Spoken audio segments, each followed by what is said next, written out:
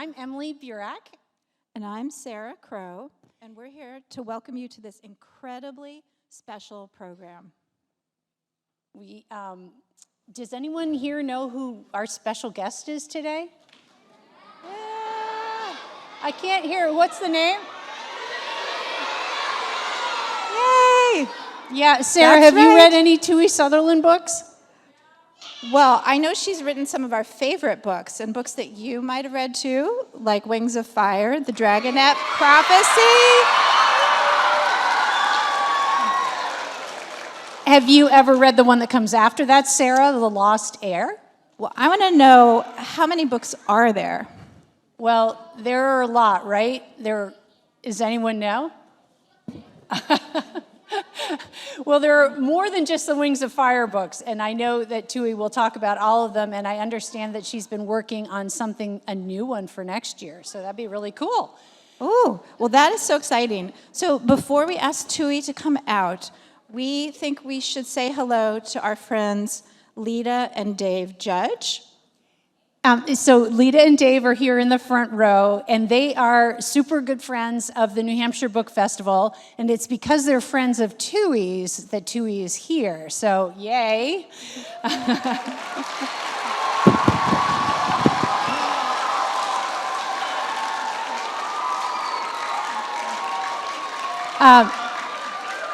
And Lita Judge is an amazing author-illustrator, and I'm sure all of you have many of her books in your school libraries and probably even at your home. But Dave and Lita were also the reason that we have a very special thing for each one of you. Because of the Judge Family Foundation, each child that comes to this event will be getting your own special edition of Wings of Fire, Book 1.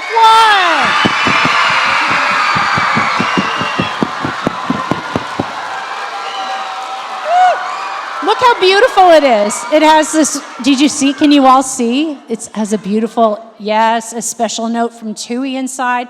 So Lita and Dave, if you would stand up, let's give it up to Lita and Dave Judge.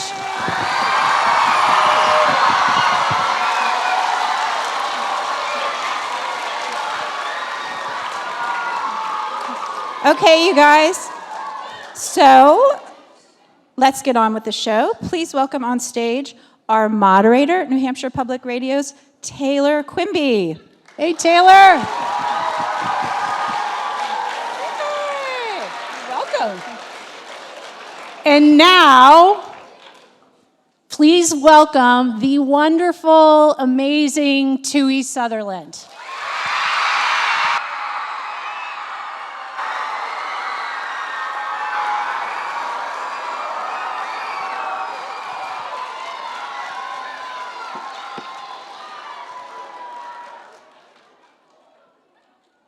Hi, Tui. Hi, Taylor. I'm so excited to be here. Thank you all for coming. This is awesome. This is so exciting. We're so happy to have you here.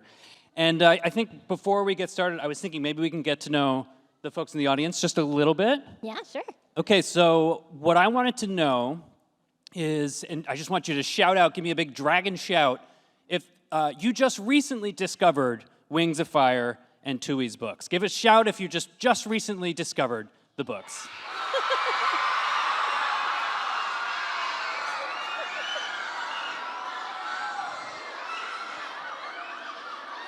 Okay, now I want to hear from who are the super fans in the building? Who has read as many of the books as you possibly can? I know there's a lot of them. Give a big shout.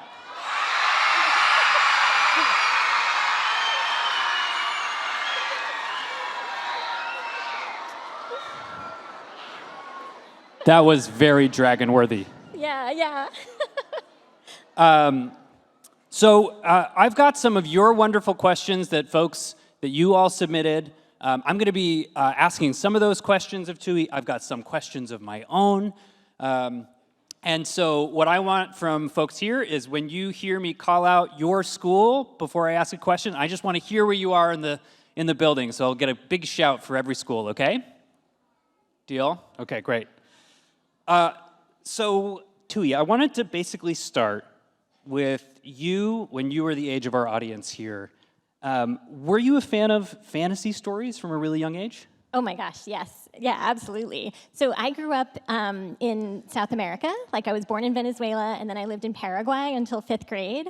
And so we didn't have like a huge library. We had like a very small school library. And I just would read anything. Like I just basically if it was there, I'd want to read it because there wasn't a whole lot of choices. And it was an interesting mix of like British books and American books that had kind of been brought in by people coming from both countries. And so I read a lot of like Nancy Drew and the Hardy Boys. I read biographies of authors. Like I loved reading like Louisa May Alcott's biography and being like, maybe that'll be me one day. And Anne of Green Gables was a big one for sure. Fantasy, yes. So my favorite fantasy book was called Dragon Song by Anne McCaffrey. Dragon Song. Yeah. Yep. And it's about a girl who finds it's on like another planet, and there are dragons in this world, but there are also like tiny dragons called fire lizards, and she finds this like clutch of fire lizard eggs, and when they all hatch, they all bond with her. So these like 9 little dragons follow her around everywhere, and I was like, oh, that's the dream. I want 9 little dragons following me everywhere. So I loved that book. That was probably the beginning of my dragon obsession. Okay, so this brings us to our first audience question. This comes from Rianne, age 8, at Belmont Elementary. Can I hear from Belmont? Over here. So Rianne wants to know, when did you start writing, and how old were you when you wrote your first book? Ooh, that's a great question. Can I actually, I'd love to know how many of you like to write and who wants to be an author out there. Can I hear like just whoop from the audience? Like whoop, whoop, yay! Oh, that makes me really happy. Okay. Okay, so then you're just like me. This is when I was your age, I loved writing. I loved making up stories. I was really bad at finishing them. So if that happens to you, don't get discouraged. I would get excited and I would start a story and then get distracted and go start a different story. And so one of my favorite things to do was like draw maps of these like fantasy worlds and spend a lot of time planning out the world and then never actually get to the story part. So that's, I think, super normal. It's all, like, as long as you're having fun and you're, like, thinking of, like, creative ideas, like, I think it's all a good practice. It's good. It's, like, and it's delightful. Everyone should get to write, is what I think. It's actually, like, one of the things that I wish is that teachers assigned more creative writing. Maybe your teachers do, but my kids' teachers, the only creative writing they ever got to do was, like, a story from your actual life or a poem. And so there was never anything like, write a story about dragons, which I think is so good for kids to get to like have that experience of like, just use your imagination and write whatever you want. Because I just think it's like, I think we need more of that. Like I'm like terrified that like, we're gonna turn into we just put inputs into the computer and the computer gives us like, LLM, like AI, like not actual stories. So write your own stories is my first thing that I would say. And like just write for fun. So I wrote a lot when I was a kid. I knew I wanted to be a writer from like age 5. I found something I wrote when I was in kindergarten that said, my name is Tui T. Sutherland, and I want to write poems and stories. And one day I'm gonna publish a book and it's gonna be called Poems and Stories by Tui T. Sutherland. And it's going to be huge. So that hasn't happened yet. But so I could tell, like, that was something I was just really excited about when I was a kid. The first story that I got all the way to the end, like, and finished, that was, like, novella length. It was not probably, like, a whole book length, but it was pretty long. I wrote in high school. I had, like, a free period where I could just go to the computer lab and write. And it was like a reincarnation story. It was about like what happens like after you die and then when you come back and all the people you meet. And then my first like full book I wrote after college. I was working in publishing and I would go home at night and write. And same thing. I was like, when am I ever going to actually finish this when there's so much good TV to watch? And what happened was I made a bet with a friend of mine that I would finish my book before he finished his. And I'm a very competitive person, so I definitely won that bet. That sounds great. There's like the, what is it, NaNoWriMo? Mm-hmm. There's, which is sometimes folks will try and write a whole book in 1 month. Yes. And I love a good challenge. There's something about like a little competitive challenge that can make it fun to kind of push past that point that you're talking about. Yeah, definitely. And having friends who are writers or friends who like to like brainstorm with you. I had a really good friend in like 7th and 8th grade who we just like made up a story together, even though we never wrote it down, but it was going to be amazing if we ever did. And you have co-written books with your sister. Yes. Mm-hmm. And so I imagine when you were growing up, she might have been also somebody that was kind of a sounding board. Yes. Well, I always sort of think of her as my first reader, actually, because we have the same taste, and I figure she'll like my books. But so when we were growing up together, she's 2 years younger than me, I would like start a story and give it to her, and then she'd be like, "Where's the rest of it? Like, what happens?" So once we had this project to work on this trilogy together, she was like, "Haha, now you have to finish it. Like, you can't start a story and not finish this one." But yeah, she's really fun to like brainstorm with. Like, she has a lot of really good ideas, so that was a super fun project. So I want to ask another audience question. This comes from Anna, who's in grade 5, from Henry W. Moore School. Do we have folks from Henry W. Moore? Anna wants to know, why did you choose to write about dragons?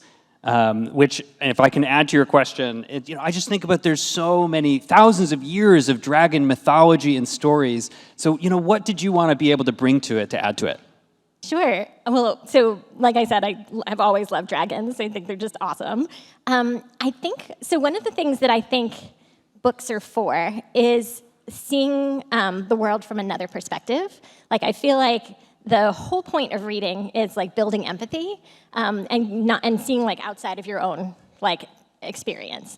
And so I feel like that applies to all kinds of things, like animals that I've written about. And so with dragons, I felt like most of the stories I had read were from a human point of view, and it was humans taming the dragons or fighting the dragons or riding the dragons.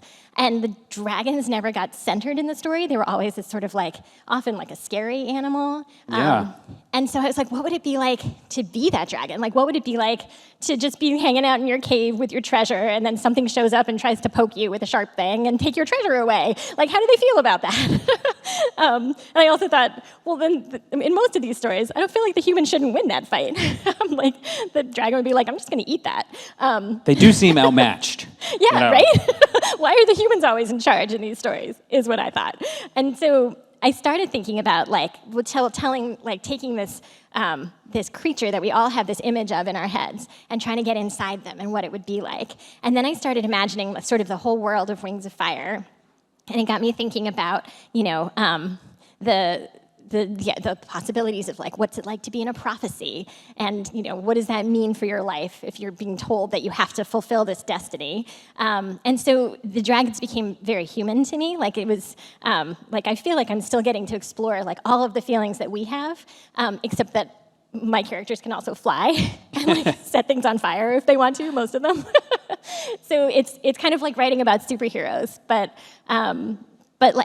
getting to sort of, and what's fun about it too is like, then, I was looking at the humans from their point of view, and then later on in the series you get to flip it around a little bit with Dragon Slayer, where you see what the humans think of them. And so I love doing that, of like taking groups that don't seem, or characters that don't seem to understand each other, and trying to find a way to understand like the perspective of each of them. Does that make sense? It does. Yeah. When you're thinking, like when I think about some of the characters in the first book, Clay or Peril, do you have a harder or easier time putting yourself in the mind of a dragon that feels more like you? Or is it actually easier to write when they're different from you? That's an interesting question, because I feel like I've had to give each dragon a little piece of me in order to write about them. I will say probably the easiest dragon to write is Sunny, because she is the most like me. Like, she's like, I love writing Sunny. Basically, whatever happens, I'm like, what would she do? What would I do? Here's what Sunny would do. But I also really love writing Peril, who is the opposite of me. Like, I've never set anything on fire on purpose. So, whereas that's her solution to most problems. She's like, I don't like it, set it on fire. So it's really fun to get to do both of those things. But I feel like with every character, I have to find something that I connect with about them. I think the hardest characters to write are actually the ones that are the least proactive. Like, I love writing characters who are like, okay, I'm gonna go solve this problem. And the characters that I have the hardest time with are the ones that are like, oh, I would rather actually hide under a rock. But there have to be some characters like that. So like poor Turtle, I talk about him a lot. Oh, yeah. Because Turtle did not want to save the world. And that book was so hard because I was like, Turtle, it's your turn. It's book 9. It's Turtle's book. You have to save the world. He was like, I don't want to. Look at all this ocean I could hide in instead. And I was like, I know this is my fault because I gave you this name and this personality, but buddy, you got to go save the world. Yeah. And then I threw Kinkajou at him, and she solved all the problems. There we go. There we go. So one of my favorite parts about reading, and especially starting any new fantasy series, is getting to know the world. I love the map at the beginning of the book. I just want to look at where's the mountains, the rivers, the continents. There's the lore. You're finding out about like history and culture. I love at the beginning of a book when it gives me almost like a glossary of the world. So my question is, when you're first starting something like this, I know you've got so many of the Wings of Fire books now, but at the beginning, do you start trying to build that world, or do you start with a little story and then kind of build on it brick by brick? Yeah, that's a great question. With this one, I had to know some things to start with. So I did spend a lot of time figuring out the map and the kingdoms. I was like, I can have all different kinds of dragons. This will be really fun. I was watching this nature documentary called Planet Earth. I love Planet Earth. I love Planet Earth. It was amazing. And like, as I was watching it, each episode is like a different habitat, at least in the first season. And I was like, oh, what kind of dragon would live in a rainforest? What kind of dragon would live in a desert? Like, what can I take from the animals that live here and give to my dragons that would like make it feel like natural that they would live here, that they could survive in this environment? So that was kind of how I started, was thinking about the world and like at the time, 7 different tribes and like where they all could live and how they interacted. But my favorite part is actually figuring out the history, because I love thinking about how did you get here. So if any of you want to write like a fantasy story like this in a whole other world, I think thinking about who's in charge, how did they get that way, who is trying to stop them from being in charge and why, and what is it like to be one of the people in charge, but also what is it like to be one of the people not in charge here? And how does that all fit together? And then like dropping in hints about history that I don't explain until later, like the scorching is something that I mention like several times along the way, but I don't really give you the story of it until book 15. But I kind of knew it in my head. I was like, this is something that sort of started this era of dragons, like the way they are now. You were holding on to that for a long time. It's true, because I was partly like, should I do a whole Legends about it? Should I, like a separate book, like the Darkstalker and Dragonslayer books? Or should I, where's the right time to bring this in? And then it just really made sense for what happens in book 15, which I won't spoil too much in case some of you haven't gotten there yet. Well, I know that world building never really ends. Yeah. Can I just say, actually, that's another thing. So if this is something you want to do, don't feel like you have to know everything like beforehand. So it is very easy to just keep world building and never actually get to writing. And so once I had like sort of an idea, I had the prophecy, I had the map and the kingdoms, then I was like, okay, now focus in on the characters. And especially what helped was starting with characters who didn't know very much because they've been under a mountain their whole lives. Sure. And so they were discovering it as they went out. So I will tell you, I didn't know anything about the Ice Kingdom until like book 7, because I didn't have to go there until book 7. And so I was like, I'll figure it out when I get there. But that's okay. Like, so don't feel like you need to know everything before you can start writing. You can figure some of that out as you go. Just stay away from the perfectionism. Yeah, well, right? Perfectionism, I think, afflicts a lot of us when it comes to writing. So, yeah. I got into Dungeons and Dragons with my son over the past few years, and I had this problem because I was trying to be the dungeon master and set up this whole world, and I just kept putting off the beginning of us playing because I was like, I need to know everything about this world. Yep. And part of it is because it's fun. Yeah, that's true. But eventually it was like, well, the fun part is we're gonna build it together. This does get to my next audience question. This is from Adelaide, who is 11 years old in 6th grade from Runlet Middle School. Represent Runlet. Adelaide wants to know, is there going to be a new continent in books 16 or 17? So, what can I say? It's book 16, which I just finished this summer. I'm very relieved. Does take you somewhere you haven't been before. I hesitate to call it an entire continent, but it is somewhere shiny and new. That's exciting. Yeah, I hope so. I hope you guys will like it. I'm pretty excited for everyone to read it. Do you guys know the title? Do some of you know the title? Because we announced it already. It's called The Hybrid Prince. Hybrid Prince? The Hybrid Prince, yeah. That sounds very exciting. And it's coming out in March. And the cover is really pretty. So another one of my favorite things in stories for kids, which sounds kind of strange, is when they can tackle really mature, complicated themes in ways that make sense for the audience, right? Is anybody here a big fan of Avatar: The Last Airbender? Anybody? All right. My all-time favorite TV show. I have watched the entire thing like too many times. Don't tell your parents.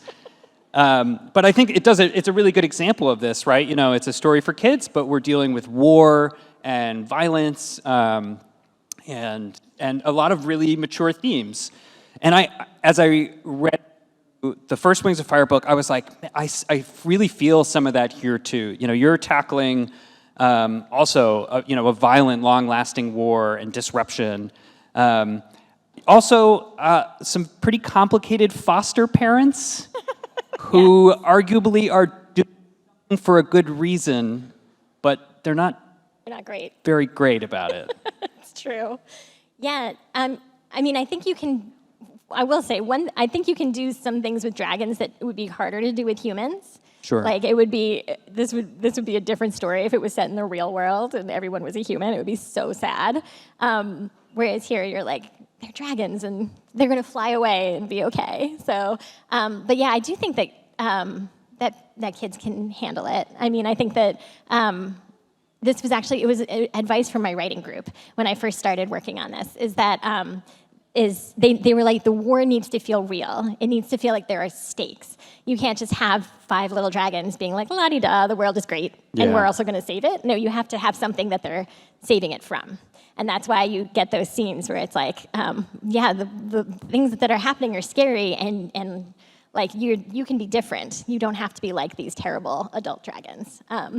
So I do think that, I don't know, I'm always thinking about that as I'm writing, like, you know, trying to balance it so that there's the like scary things happening, but also there's like humor and love. Like it's funny because people say to me like this, like when they talk about sort of the scarier things happening in this series, I'm like, oh, but mostly it's about dragons hugging, right? Like, like my dragons hug each other a lot, don't they? That's how I think of it. I think of them as like they're the light. Like the world can be scary in real life too, but like we can be the light, and we can, and like loving each other can help sort of push back that darkness. That's sort of what I'm going for with these dragons. What were some of the other sort of big secret themes that kind of run throughout this series? Sure. It's funny because when I was like in English class in like middle school, and my teacher brought out the word theme, so I was like, blah, authors don't think about that. Boring. Why are we talking about this? And then once I started like thinking about themes in my books, I was like, okay, I get the point, I guess. And I think of each sort of arc of Wings of Fire as having like a central kind of theme, in addition to lots of other stuff happening. But so for the first 5 books, I was thinking about like fate versus free will, and I was thinking I just had my first kid, and I was thinking about how we shape them and like what effect we have, and like. You know, he's perfect. So, like, did I do that, or did he come out that way? I think he just came out that way. And so I was thinking about like the effect that like parents can have, or like siblings can have, and like the world that the environment that you're in, and like what is like nature, like what is inside you, versus like what comes at you from the outside. And I started thinking about like, well, you can't change like where you were born or who your parents are, but you can decide like what you do next, right? That was sort of what I was thinking about with these dragons. And it's the same thing with this prophecy. Like the prophecy is telling them you have to do something, but the dragons are like, we're gonna do it our way. Like we still get to decide what happens to us. So that's a big part of the first 5 books. And with the next 5, I was thinking about like powers and giftedness and like whether like having a certain power like made you responsible for fixing things or like and to whom, like who gets to decide that. This is like the Spider-Man principle. Yes. Does great power come with great responsibility? It's true. And also like if you don't have it, like Kibley, do you still have to save the world? Like can you still save the world? And obviously I think yes. And then with the last 5, the books 11 through 15, it was, I was thinking about sort of empathy versus like resistance to evil. So I was thinking about like, you know, I believed so strongly in empathy and like, let's try to understand everybody. But then on the other hand, like, what if they're doing bad things? Like, don't you have to stop them even if you try to understand them? And so I had my dragons sort of working through that with me. I have my one dragon who's like, maybe they were mean because they're having a bad day. And the other one who's like, no, these people are bad and we should burn the whole city down, which is not necessarily what I think we should do. But I wanted to have them having that conversation so that like, it's something that that maybe readers would think about or like talk to their parents about, and just like what do you do in that situation? Like how do you balance like understanding people and like stopping evil? Yeah. It's you know there's a lot of fantasy stories out there like the Lord of the Rings that have pretty stark good and evil. Mm-hmm. You know, we don't get to know Sauron very much in Lord of the Rings. So I can see why you would want to play with those themes. So I've got a couple more audience questions, but first, I just wanted to play this little game with you. I hope you don't mind. You know, I've watched some of your other interviews while I was prepping for this, and I was astounded at your ability to recall like which books have which characters in which places like that. So I just want to try this little game. I'm going to say the name of a book, and I want you to tell me who the narrator is, and see if we can get that. Maybe the place where it takes place. Okay. All right, book 3. That's the Hidden Kingdom. That's Glory's book. It takes place mostly in the rainforest, but they also go to like the Night Kingdom and the Sand Kingdom. Book 12. That's the Hive Queen. That's Cricket's book. That's where they go to like a couple of different hives, and it's all on Pantala, the other continent. Book 7. Book 7 is Winter's book. It's Winter Turning. Winter, that was fun. It was fun to try to finally get to go to the Ice Kingdom and like build that whole. So one of the things that I think about sometimes when I'm writing them is like parenting styles, or that's what I was thinking about. And so I was like, the Ice Kingdom is like the Tiger Moms. The Tiger Mom, Dragon Mom. Yeah. Where they're all like, there's a hierarchy and you have to like win in order to get higher than somebody else. And like, what did you accomplish today? That sort of whole like thinking. I thought that would be interesting to apply to an entire like civilization, basically. Can we just stop and give a round of applause for how you have an incredible memory? Oh my God. But the thing is, like, the thing is, I know that there are kids in this audience who like. You could probably give them like a chapter, like what happens in this chapter of this book, and they could tell you. Or like people will ask me questions where I'm like, oh my God, I don't know, like because there are things that I've like had to take notes on. I have a notes document for each book where sometimes I'm like I have to go back and check for the answer to that. Yeah. Do you ever forget something? Mm-hmm. Yeah. Yeah. Oh, that's why I keep this notes document so that I hopefully don't forget anything really important. But like the story I like to tell is that in book 4, Starflight's book, they are on this like volcanic island where the Nightwings live, and there's like various other characters that are there too. And at the end, the volcano explodes. I don't think that's a huge spoiler. There's a volcano at the beginning. It's definitely going to explode by the end. And so they're all fleeing the island. And I wrote this scene where I was like, and these guys go by, and the Nightwings leave, and this happens, and this happens. And I finished the whole book, and I turned it in. And then I was like, wait a second. What did I do with Ochre? Did I leave him on the volcanic island? I went back and checked, and sure enough, he had like wandered off to find food, and like I never mentioned him again, and I was like, oh no, I blew him up. I didn't mean to do that. And so luckily there was time to like bring it back and add a line where it was like, and then Ochre went running by, and they were like, yep, you're alive. Well done.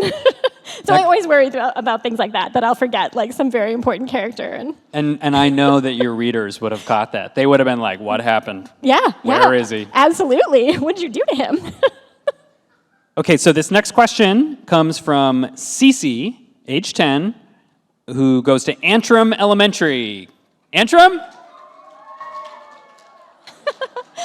And Cece wants to know, who is your favorite Wings of Fire character? Which I know is a tough question. It is a tough question because I feel like they're my babies and I don't want to offend any of them by picking one over the others. I will say, like, I love to write the funny characters the most. So I loved writing Peril. Sundew is really fun. Glory and Deathbringer, any scenes between them, I really love. Kinkajou, I love writing Kinkajou. Everybody loves Kinkajou. And then also but there's like the dragons that I'd love to like meet and hang out with. I feel like Clay would be fun to hang out with. And Sunny and Blue, they're least likely to eat me of all the dragons. So, but I love all of them. Like literally, you could name a dragon, and I could tell you why they're my favorite. So, Wesley from Maple Street School. Do we have Wesley? Everybody want to give a shout for Maple Street? Wesley's in the 4th grade, and he wants to know if you have a favorite book from the Wings of Fire series that was your favorite to write, favorite to read. I really loved writing book 11, The Lost Continent, because we got to go to a new place. Like, I had spent 10 books on Pyrea, and then thinking about book 11, I was like, well, what if there's another continent?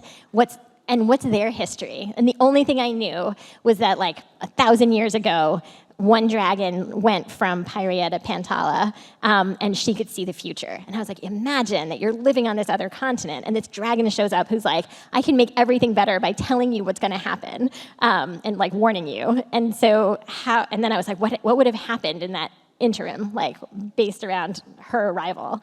So that was really fun, like figuring out all that history, and then also like knowing what was going to come in the next few books. So book 11 was really fun. Book 8, Peril's book, was really fun too, because I knew how that one was going to end, and also just she has such a fun voice. Yeah, that was really. I love Peril. She was my favorite. Spiro, in the 5th grade, wants to know: is there another dragon tribe that you might want to add to the Wings of Fire universe? Well, I can't say too much. I will say that in book 16, there are dragons that don't look like dragons you've seen before. I think I can say that. I should not say more than that. I really want to. No, that was the perfect amount of spoiler to get everybody super excited about book 16. Yes. I've done this thing where I've thought about it. I just try and think about all the wings in nature, and I wonder what Tui would do with this type of wing. Well, it was really, because that was one of the other fun things about writing book 11, was coming up with the 3 new tribes and like what they would look like and like what they could be based on. And a lot of it has to do with like, where can I get a bunch of good names? Because sometimes someone will suggest like a really fun idea for a tribe to me, but I can only think of like 3 names to go with it. And as you may have noticed, I love adding characters. Like I have like 1,000 characters, so I need lots of name possibilities. And butterflies and insects like gave me so much to work with. Yeah. Now, I know that sometimes a good idea, like you said, either you don't quite finish it or it can fizzle, and that was something that you remember a lot when you were younger. I'm wondering, or I should say Connor from Groveton Elementary School, who's 10 years old. Do we hear a shout out for Groveton? Connor wants to know if you've ever chosen to not release a book from the series. Like if you had an idea that kind of stopped somewhere and just didn't take off. Not with Wings of Fire. Like with Wings of Fire, usually I can figure it out. Like I haven't written anything that didn't end up in this. I mean, like I've written like little fragments of stories that I know that are just to help me figure out the backstory of some of the characters. But like in terms of the momentum forward, I usually know what's going to happen. I did write a book like way before Wings of Fire that I ended up not publishing because it was kind of complicated and it wasn't quite working. And so I wrote something else for that editor instead. So that does definitely happen. But with Wings of Fire, I usually, like now I've been writing for so long that I can usually figure out how to, like if I get stuck, I can usually figure out how to fix it. Well, I've heard that one of your tricks is to pair characters with a Taylor Swift song. I mean, it is hilarious that I'm here right now because I should be in my hotel listening to the new album. So. I know. Yeah. There's some. I see some Swifties right here.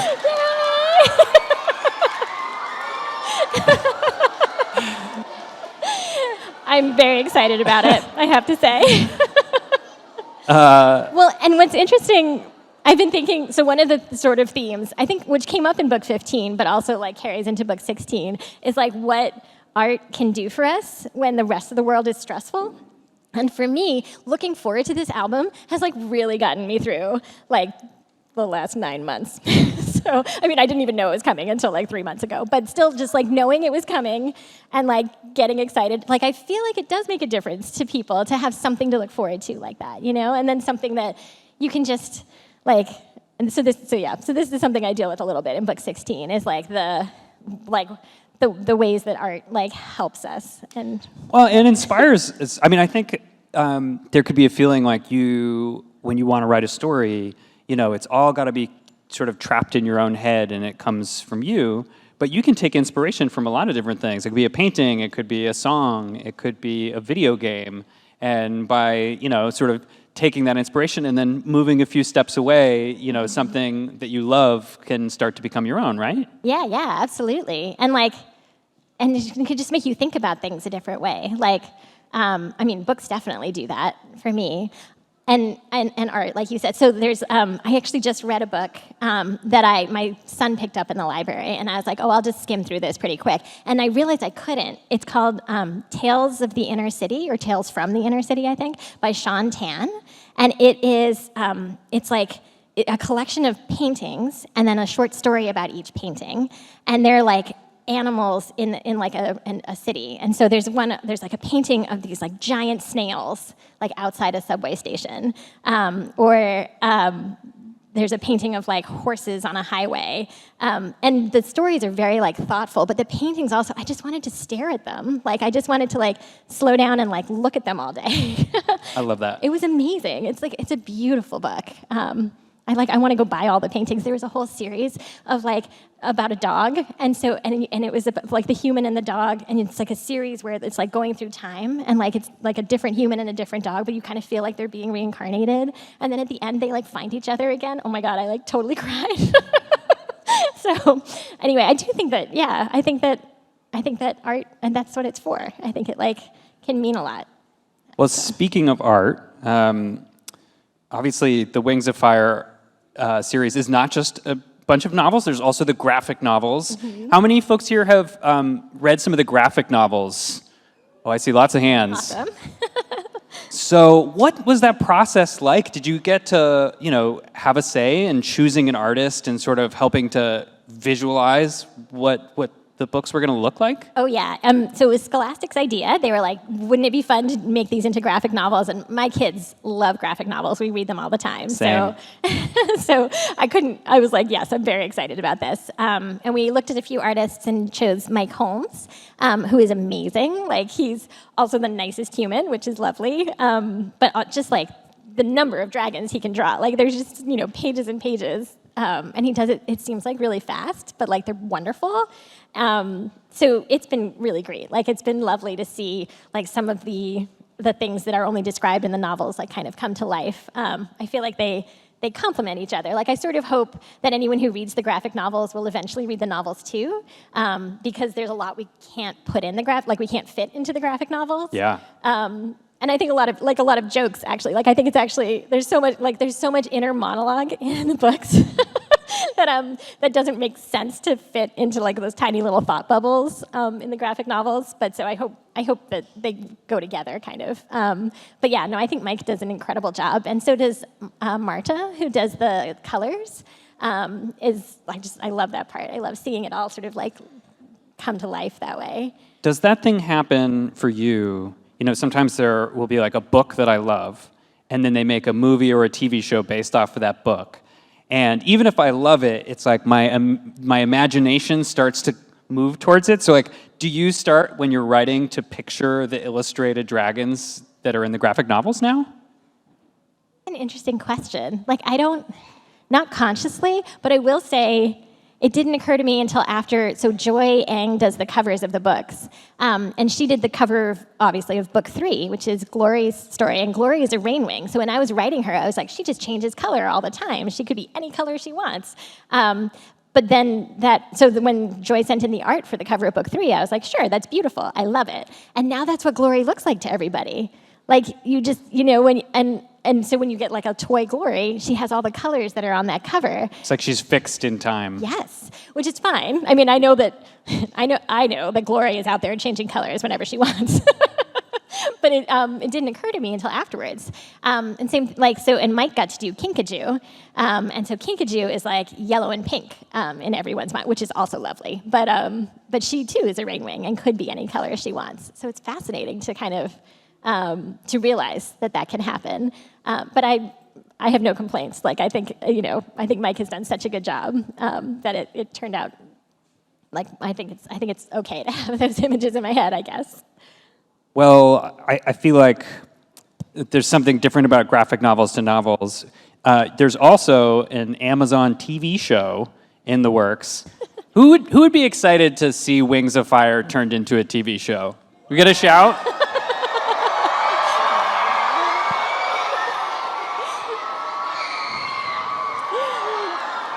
Now, I know Tui can't tell us too many details. That's true. She is sworn to secrecy, and the process is very long. So you all might be grown up by the time the TV shows come out. No, probably not that far. But what can you tell us about the process? Like, where are things at? How's it going? Amazing. It's really fun. All the people I'm working with are fantastic. I love our producer. I love the showrunner. We're getting to work together a lot. We are the people at Amazon who are in charge of us are wonderful. I feel like the TV world is so weird and mysterious to me that I'm a little bit I'm not going to really believe it's real until it's on my television. Because we kind of went through this with the Netflix version, where it got pretty far along, and I loved everyone on that team as well. They were the nicest, most intelligent, wonderful people. And then it just ended up not happening, which happens all the time in TV. I've been obsessed with television for such a long time, and I know this about that things will not get to the end of what they're doing, or they'll or sometimes won't even make it to TV. So but it was still disappointing. But so very exciting that Amazon then decided to do it and sort of start over and make this exciting new thing that I hope will be really good, and I hope will eventually be on our televisions. I think, I don't know what else I can say about it. But I can say I'm excited about it, I think. We are too. We're all very excited about it. So book 16 is due in March. It's coming out in March, yes. I was looking over your release dates, and especially early on, from what I could see, there was a new book almost every 6 months, it seemed like. Which gets me to a question from Grace, who is 9 years old in Belmont Elementary. Whoop! And Grace wants to know, how long does it take to write a book? And I would love to know just what do the steps look like for you? Sure, totally. Okay, so yes, when we first started, they were coming out pretty quickly, and I was not able to maintain that schedule, especially when the pandemic hit and my children were home all the time. But for me, to begin with, the planning can take a little while. So thinking about the 5 books and who was going to be the hero of each one at the beginning, that probably took me a year of thinking. And is that taking walks and thinking in the shower and that kind of thing, or? Yeah, although I think best when I'm writing it down. So I do a lot of like thinking when I'm not in front of my computer, but I like to get back to my computer and write and sort of just take notes as to like, what am I. So I talk sometimes about my writing log. I have this document on my computer that's like where I go when I'm stuck. And that's where I just write out like where I am in a story and like what I'm struggling with and like how to fix it and like which character is annoying me that day. So it's kind of it's useful for like working through things like in writing. But then that notes document where I'm like, okay, don't forget this and like what if this happened and like maybe this also. And so I do that for a while, but like once I had those 5 books in my head, actually writing each book probably took me like 3 to 4 months. And then there's like some revising as well. So then that was kind of how the first 10 worked. And then like book 11, I asked for like 9 months to sort of do more planning again and start with that one. So it sort of depends on the book. Like there's a lot of thinking time, but the actual writing time is usually like 3 to 4 months. And so I have heard that there's often 2 types of writers. There's people who write a little bit and kind of go back and go over it and fix it and edit it a little bit. And then there's writers who just like write, get it all down, and then they kind of go back and start to look at it again. Do you fall into one of those camps? Probably more the first one. Like I definitely like at the beginning of each writing day, I'll go back and read the last like 3 pages and fix things as I go. And I'll often like when I get stuck somewhere in a book, sometimes I'll be like, this probably is because of something that happened a few pages ago, and then I'll go back and fix it because I can't keep going forward until I fixed it. So I think I do more revising along the way than I do going back at the end. Although I'm writing something that's not in Wings of Fire right now, where I did kind of have to write to the end because it's a murder mystery, and I was like, I don't know the ending. I have to write it all and then go back and fix it and make sure I've planted the right clues. Well, that's actually, that was one of questions from the audience. Cody, who is 10 years old and goes to Groveton Elementary, wanted to know if you were currently writing any new books or series that aren't a part of Wings of Fire. Sounds like you are. Yes. So I have 2 in progress. One is this, it's like a murder mystery in space, except the more I talk about it and the more I work on it, the more I'm like, maybe it'll just be a cozy tea party in space. I don't like writing about murder. No, there'll probably something terrible will have to happen. Like I've written it with 2 murders, and we'll see if I change any of that. It's definitely like, it's kind of it involves some world building because it's set in like the future in space, and like, and it doesn't work right now. Like I want to fix it. Like, and I have to think about, I have to like I have to really sit down and work on it. I think well, so I'll tell you, one of the problems is that I'm trying to make everyone a suspect, but I also want you to like everybody. So it's like very hard to have a ship full of potential murderers that are also quite delightful, and you want to hang out with them. Yeah, that does sound tricky. Yeah. Do you ever just get wires crossed and all of a sudden a dragon shows up and you're like, oh, wrong book. No? Not yet. But there, you know what? There is a series about dragons in space. The first one is called Last Dragon on Mars. Wow. And if any of you like both dragons and space, it's quite delightful. Like I really enjoyed it very much, and I think there's a new one in the series that just came out. But definitely recommend. And wait, let me tell you about the second one. The other book I'm working on is a graphic novel. And we've just picked the artist, who is amazing. I'm so excited. And this is you writing the graphic novel, not adapted from a novel. Exactly. So like, you can kind of put in exactly what you want, and you won't feel like there's missing pieces. Right, yes. Like there's nothing outside of it. That like gets cut. Yeah. Although I guess there's a lot of like descriptions of scenes that one day maybe people would be interested in. But I feel like the artist is going to be on top of all that. Like the artist can bring so much to it. And it started like I was like, why would I write something that's a graphic novel? Like what has to be a graphic novel in order for it to work? And so that's sort of how the story started. It's got like a visual element that's like really key to the story that I think will be fun. So I don't know when that's coming out, but we're working on it. Okay.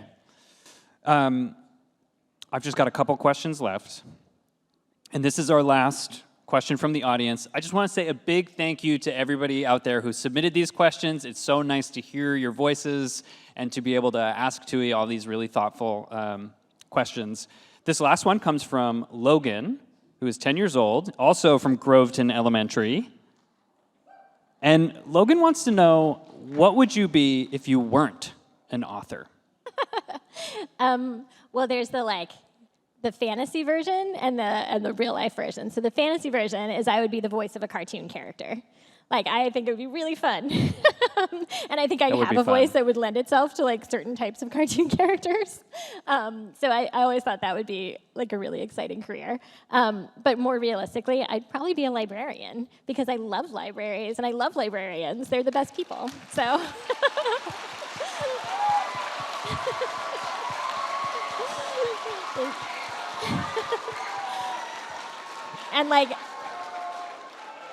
And I just, to get to hang out with books all day and give books to kids and just talk about my favorite books with kids, be I think you would like this one. Oh my gosh, that sounds really fun. Well, this is New Hampshire Book Fest, so that probably gets us to a good final question here.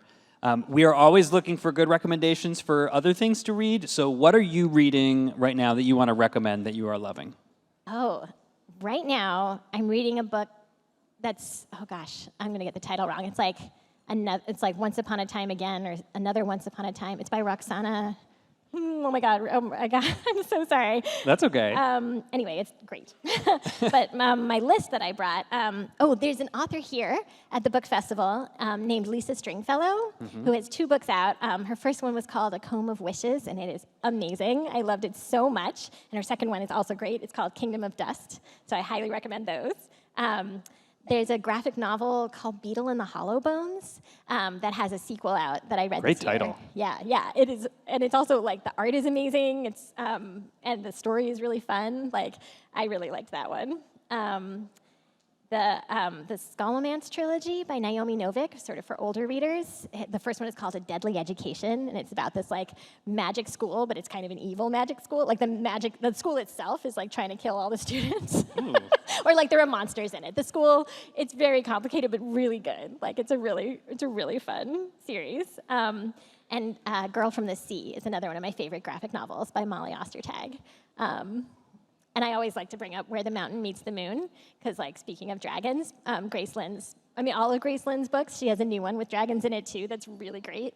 But Where the Mountain Meets the Moon will always be one of my favorites ever, for sure. Well, I think there's a lot of people in the room for whom your books are their favorites, so I just want to give a big thank you to Tui T. Sutherland. Thank you so much for speaking with us today. Thank you all for listening.